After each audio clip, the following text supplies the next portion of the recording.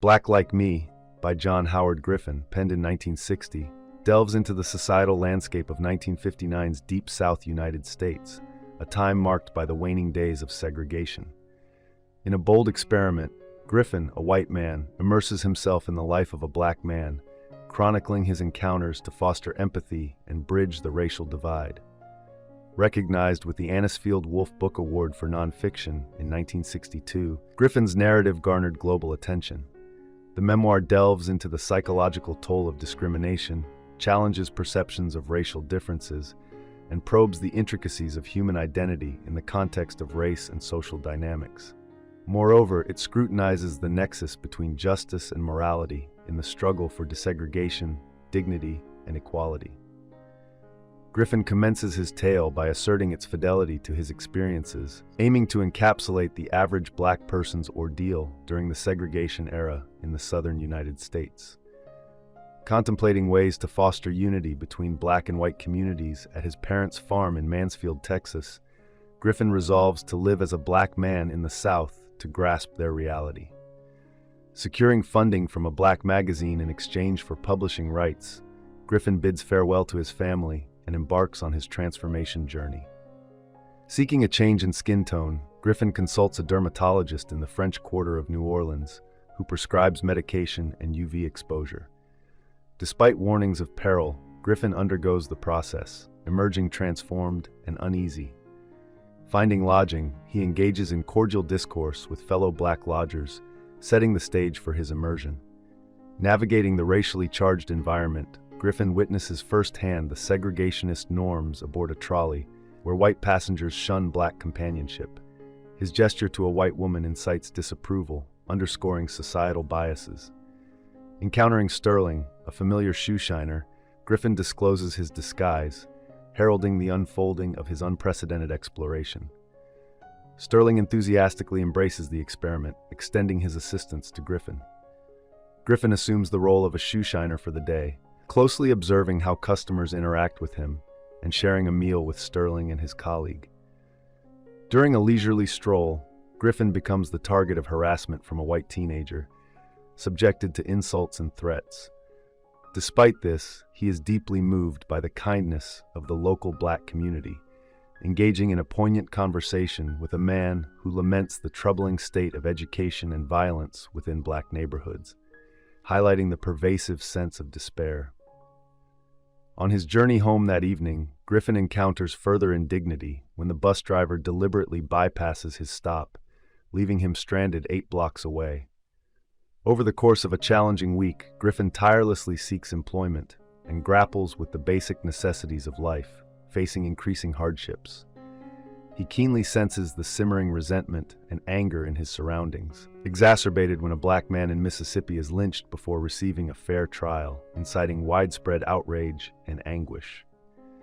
Driven by a desire to witness the situation firsthand, Griffin ventures to Mississippi, enduring further hardship on the journey.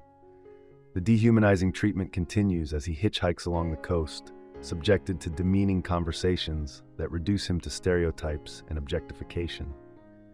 However, amidst the adversity, Griffin finds solace in the compassion of a black man in Alabama, whose unwavering belief in love as the path to earning respect resonates deeply with him.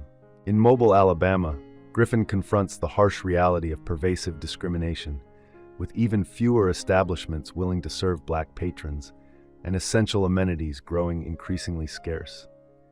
Repeated rejections in his quest for employment underscore the systemic barriers faced by black individuals, as companies actively purge their ranks of minority workers. Navigating through the unforgiving swamps, Griffin encounters yet another facet of racial prejudice when a white man callously boasts about exploiting black women for his own gratification, underscoring the harsh consequences awaiting those who dare to challenge societal norms in Alabama. Griffin's journey takes a poignant turn as he is picked up by a hospitable black man who welcomes him into his humble abode nestled amidst the swamp. The man's cramped dwelling, shared with his wife and 6 children, evokes both empathy and sorrow in Griffin, contemplating the daunting obstacles awaiting the children solely due to their skin color, a stark contrast to his own privileged upbringing. Moved by the familial warmth extended to him, Griffin resolves to gradually revert to his original skin tone the following day. In Montgomery, he bears witness to a palpable spirit of resistance among Black residents, a departure from the passivity observed in other cities, instilling both hope and bewilderment in Griffin.